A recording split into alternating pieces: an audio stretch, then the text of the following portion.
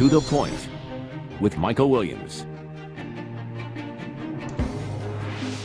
2 years ago, Patrick Murphy won a race for Congress that received national attention, beating Alan West. Now the Republicans lining up to take him on in November. Good morning and welcome. The race on for Republicans in Congressional District 18 that covers St. Lucie, Martin, and the northern part of Palm Beach County.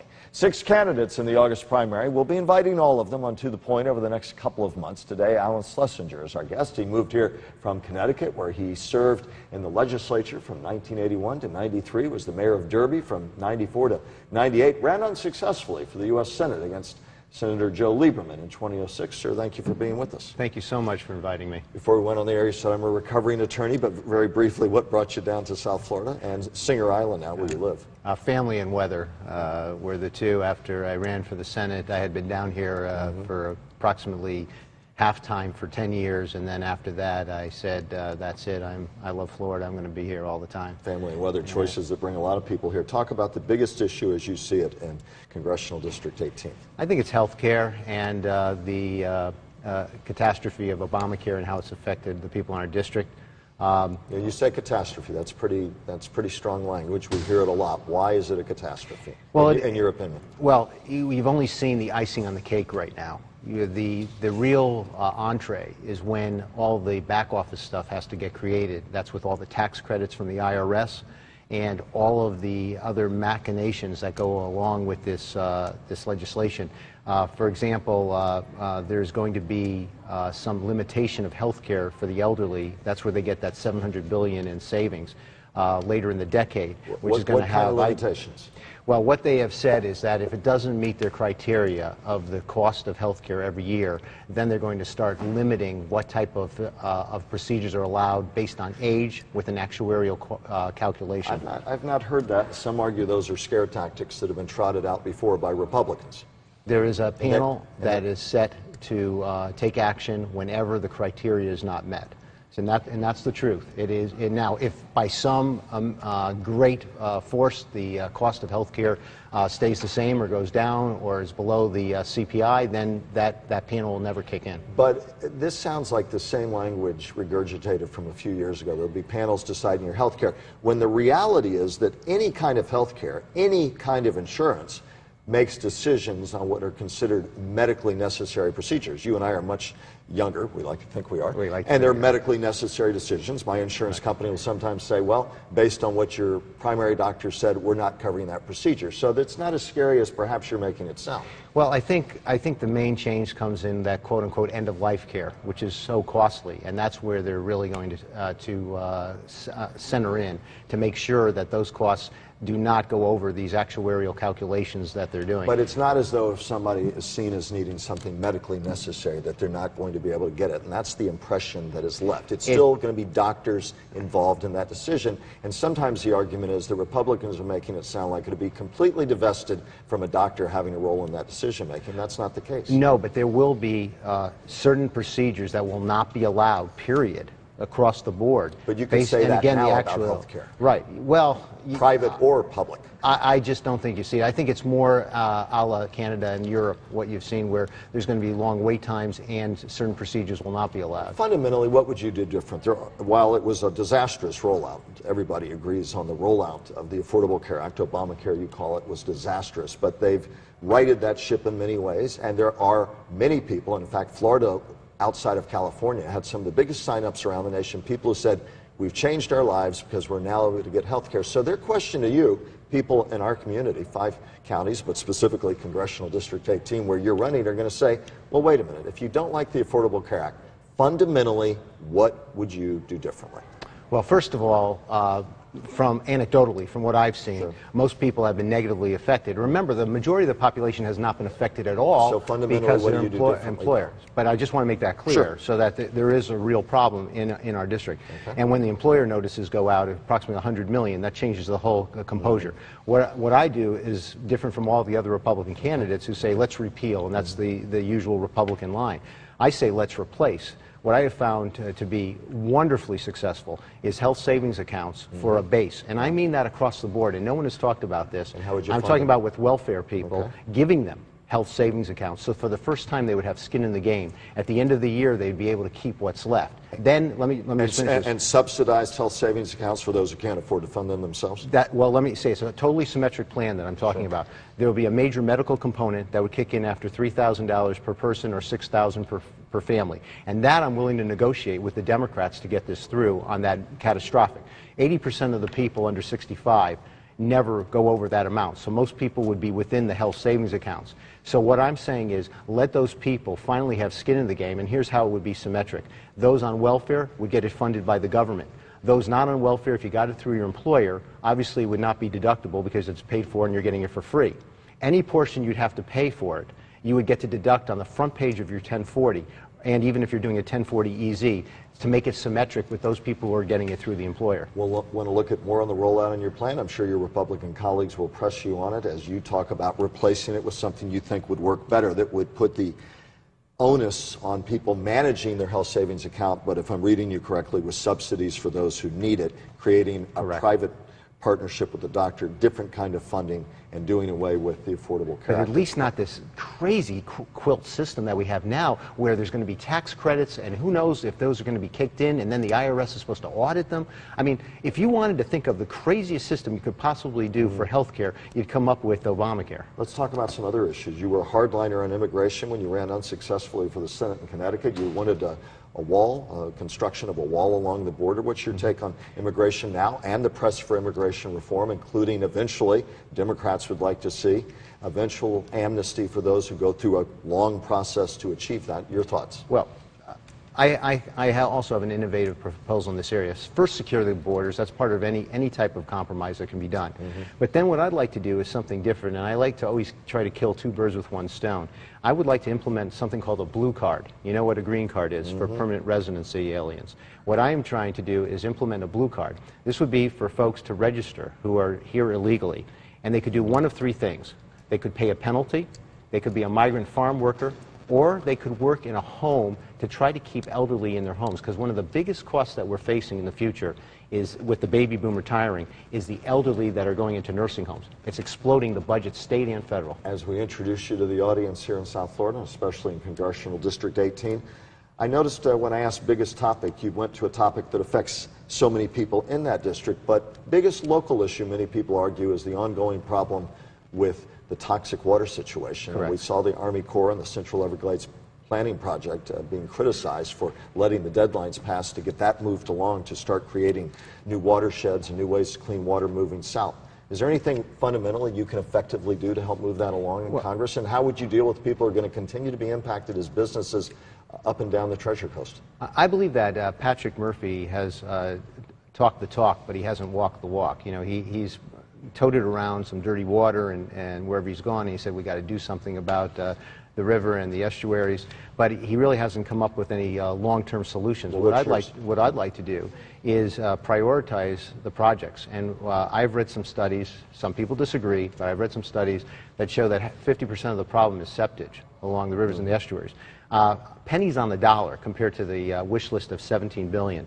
Pennies on the dollar, you could have sewer lines that would take care of that septage along the rivers and estuaries. You're not arguing, though, that there needs to be a fundamental restructuring and revitalization of the Everglades? No, not at all. And I think there are people with that expertise that know it. But what I'd like to do differently is I want to prioritize by biggest bang for the buck. Work with Senator Negron, who's been up front on this thing, and try to get all of our ducks in a row, so that we can prioritize and then go to the federal government, which, by the way, is behind in their funding. The state is way ahead of where the Fed is. So fundamentally, Affordable Care Act will be the fundamental focus of your campaign leading to August. I have to ask you something because it's been part of the record and it's going to go to the heart of how people feel about you. As we did our research, you were urged back in 2006 to reconsider your Senate run. Some GOP leaders in Connecticut said you should reconsider because you used a fake name to gamble at a casino in the 1990s. They said you acknowledged that you used a bogus name to obtain a card. Some said you were a card counter and that while not illegal, you didn't want them to get wind of that. You're chuckling, but it was part of some major stories in Connecticut back in 2006. Well, the backstory on that was a deal that was cut between the White House, the governor, who are both Republicans, and Joe Lieberman, who is running as an independent. without going into great detail on that, that's why it resonated. The whole thing was silly. Well, you didn't need. Well, let me explain. Okay, but first of all, it's not illegal. But did you use a bogus name? It's totally legal. Did you use another name?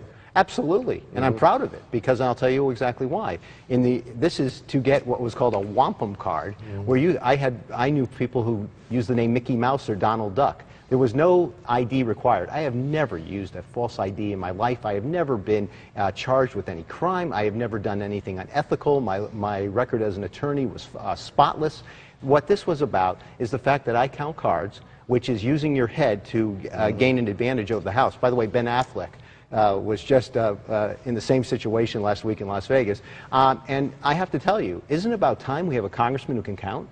Let me ask you fundamentally, at the end of the day, crowded field, how will you over the summer, and we'll be covering all of you as you introduce yourself to the audience today, in our last remaining seconds, how fundamentally do you separate yourselves from the others in a crowded field to take on Patrick Murphy? Well, I think what we've already seen in some forums is that when it comes to the questions that you're asking, et cetera, I have given actual solutions. I have not just been negative on what the Democrats have done. I've told them that, listen, I'm a trench guy. I get into the trenches. I believe in what Ronald Reagan said, which is that it's amazing what you can get done if you don't want to take credit for it. I'm the kind of guy who gets into the machinations of every single line item. And what I want to do is start with Congress itself. I want to repeal congressional pensions and put them under Social Security like the rest of us. I want to start with Congress and then work to the rest of the federal bureaucracy and the welfare system. Our time limited, but we'll be covering you and the other candidates throughout the summer. Thank you for introducing yourself to the folks in Congressional District 18, as well as our broader audience here on To The Point. It is my pleasure to be here. Greatly appreciate having you, sir. Thanks for coming in. We'll be following the campaign, yours and others. Coming up next, our roundtable takes a look at this congressional contest. They ride into the political arena again. Our roundtable back with our regulars, News Channel 5 political analyst and professor of American Studies and Political Science at Lynn University, Dr. Robert Watson, Brian Crowley, author of the CrowleyPoliticalReport.com, two of the best in the biz. Let's take a look at Congressional District 18 and what it may say as a bellwether for things large and small. We have some numbers we can throw up, created only 2 years ago, and make up 38% Republican, 36% Democrat, no party or third party, 26%. So a lot of swing votes there. In some ways, that is reminiscent of what we begin to see more and more in this state. A lot of people with no party affiliation. Patrick Murphy won by a razor-thin margin against Allen West. Are we looking at another tight race, and what lessons have Republicans learned from Allen West? We'll begin with you, Brian. Well, I mean, recently Stuart Rothenberg, a political analyst, tilted this race leaning Democrat, which is the first time that has happened. Patrick Murphy has raised a lot of money, over $2 million. He's far outraised the 6 candidates combined on the Republican side.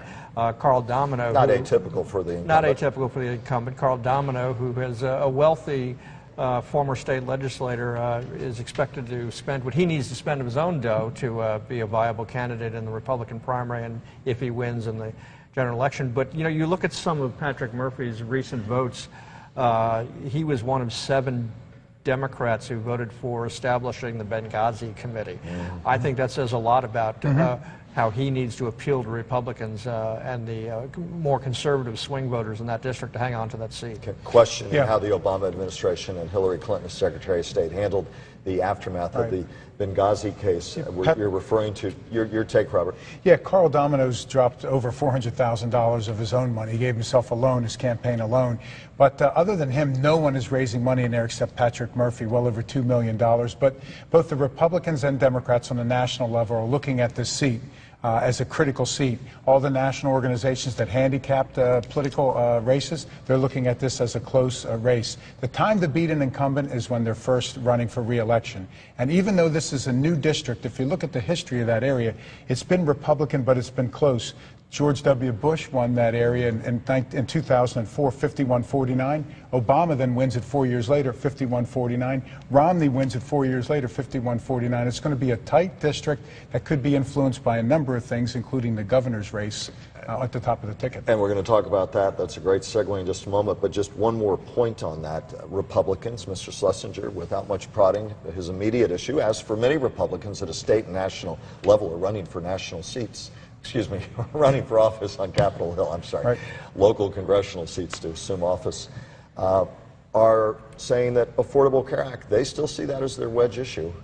And do you think that's going to play and resonate? You know, you see that at the state level too? On Friday, I was speaking to a young woman in her 30s who had applied for Obamacare, and the best price she could find was $300 a month, a single woman, $300 a month payment, $6,000 deductible.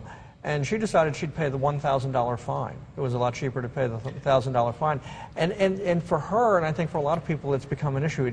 You know, the mistake the Democrats made was that they told people that it would be cheaper, and you know, in the case of this woman, it's turned out not to be cheaper, and it's cheaper for her not to have the insurance. It is for some people, it isn't for other people. And in point of fact, though, Robert, the fact of the matter is, Mr. Schlesinger, as candidate, and other candidates as well, are trying to come up with models that are attractive to people who say this model, and certainly you're right, it doesn't mean all of them, but many people say this is great for me. Right. But there's still a large number of disaffected Americans who say, I think that while I agree with some of the fundamentals on pre-existing conditions and the like, that there's a better way to do this, a more streamlined way to do this, and they're going to continue to try to tap into that, effectively or not. Your thought? Yes, well, I do think Obamacare is going to resonate in that area. We see two sides to it. On one side, and I think Schlesinger has a point here, on one hand, it's unpopular in the area. On the other hand, the Republicans better not overreach, because people don't want to repeal it. They want to reform it, which he was talking about. So I do think it'll resonate.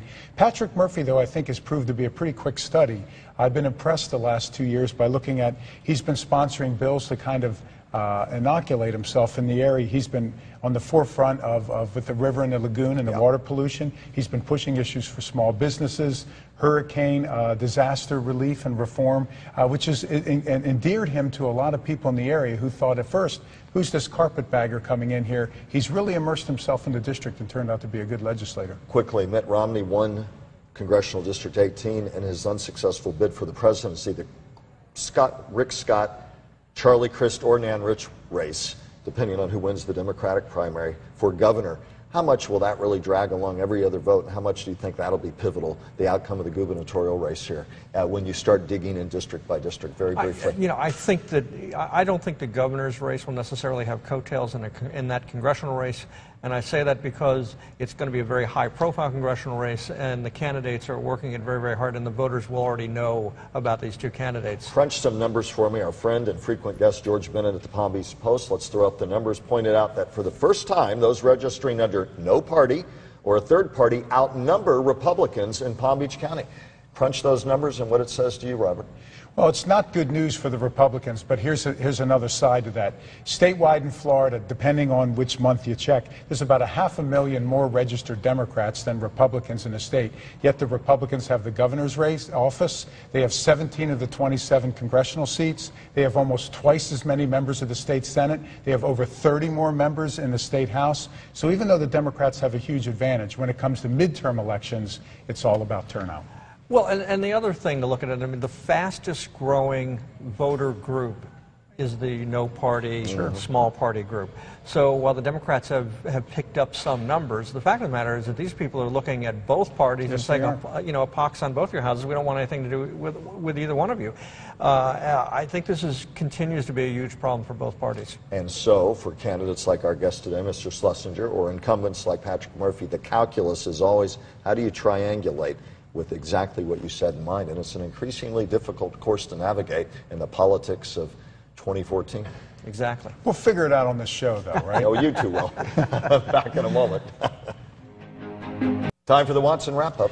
Well, we just passed the deadline, the filing deadline to get your name on the ballot if you want to run for Congress. And there are two Republicans in the area down in Miami, Ileana Ros-Lehtinen and Mario Diaz-Balart, who do not have a single primary or general election opponent. That's pretty sad in a democracy, especially when Congress is about 9% approval. The Crowley closer. Well, you know, last election cycle, one of the most telling moments on this program was when you had Maria Sachs and Ellen Bogdanoff both running for the Senate, and the I don't like each other vibe coming from the two of them was just incredible to watch. And this week, Ellen Bogdanoff is going to decide whether or not she wants to have a rematch with Maria Sachs. And I'm sure you'd like to have him back on the show. Yeah. Get out the political gloves, as we will be. Just a few days to register. And in fairness, getting out the political gloves for candidates from across the board. So that'll be interesting in all respects. Thank you, gentlemen. As I said at the outset, two of the very best. Thank them for spending time with us. As always, thank you for being with us on today's To The Point. If you'd like to send a comment about today's broadcast, go to WPTV.com, click on the To The Point page. As always, wishing you and yours a great day and a great week.